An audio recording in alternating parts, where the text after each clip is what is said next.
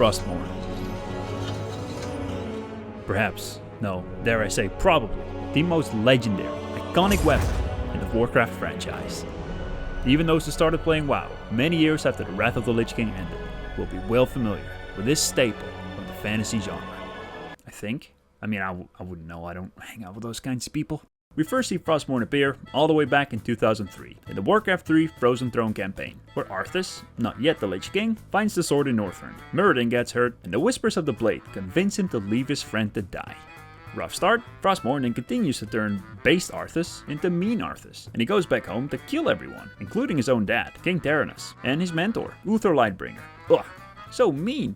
Arthas goes back to Northrend, where he claims the Helm of Domination, becomes the Lich King, completing the story of Warcraft 3. And from that point on, we don't see Frostmourne again until August 3rd, 2007, when World of Warcraft's third expansion, Wrath of the Lich King, was announced at BlizzCon, and Blizzard released into the world what I still think is the best cinematic they have ever done. Goosebumps every time. When the expansion launched in November 2008, Frostmourne makes its first appearance within World of Warcraft, always right there in Arthas' hand. The expansion ends with Tyrion shattering the blade atop Icecrown Citadel, freeing the souls of all those slain under its evil will, and Arthas kicks the bucket. From that point on, Frostmourne disappears out of sight, as we speculate what happened to its fragments. And it's not for another 8 years that we see the blade make a return, with a brand new model in Legion, as a prop for the Death Knight class campaign, done by the great Eric Braddock, the same artist behind the absolute 12 out of 10 Gorehall remake from the expansion before. We would see additional iterations pop up in other places, like, of course, in Warcraft 3 Reforged, as a cosmetic item in Diablo 4, and every Chinese website that sells stuff. However, none of Frostmourne's many models were made by me, because Blizzard says they will never hire me because I suck and they hate me. Ugh, so mean! Thus, in an act of defiance, I should do my own remake of this legendary sword, just not get paid for it. My Frostmourne remake began its life as a lump of polygons that I would slowly morph into the Lich King's infamous blade. First, focusing on just the skull. I noticed that every time I do something with a skull in it, I start with the skull. I don't know why that is, but I do know that that's fine. Frostmourne has a skull on either side, one of which has horns that curl around the crossguard, and the other has horns that don't. I decided to start with the one that does, before modeling the little shield-looking bit that the skull sits on. In what I'm sure will not come as a surprise, I modeled the crossguard next, sticking it right through the bend of the horns that I miraculously managed to model into a perfect fit. The end of the crossguard has these little dragon skull things, which I would model nice and low poly, leaving the details to be taken care of when I would get around to painting it. Next, I would model the handle of the blade, erecting a long stick out of the top of the skull, adorned with the occasional thicker segment that would go on to be the metal rings around it. I would normally make the handle 4-sided, but that always looks stupid up close, so enjoy 8 sides. Next, I move down to the bit that you don't want to mess with.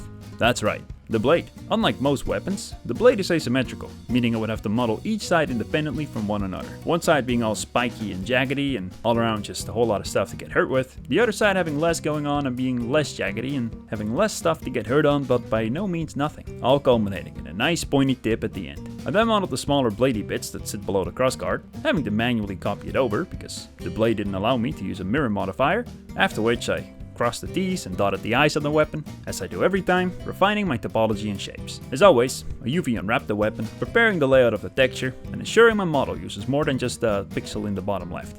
And with that, my Frostmourne had gone from this to this. Nice.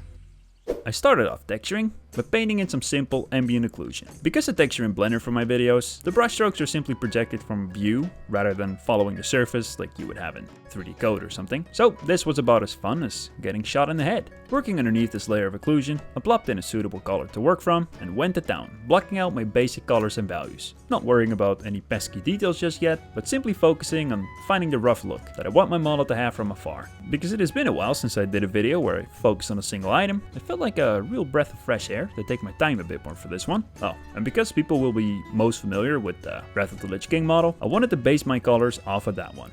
Having done a decent job on the block out, I went to task on the handle, which had these metal rings that each had their own little set of decorative things going on. I didn't do an exact one-on-one copy of the original, but I kept it quite close. This being done, I, of course, painted the block out of the leather wrappings on the rest of the handle. Next, I moved on down and painted the rings around the crossguard of the weapon. After which, I blocked in Frostmourne's glowy eyes and nose. When came the time to paint on the iconic Runeblade runes, I did not give myself any room for liberty and made sure I copied them one-to-one straight from the original design. Below the runes sits this other little metal decorative thingy, which I don't know what it is exactly, but it's welcome. After which, more glowy rune business to top it off. Beginning to add more detail into my Frostmourne, I further fleshed out the dragon skull things at the ends of the crossguard.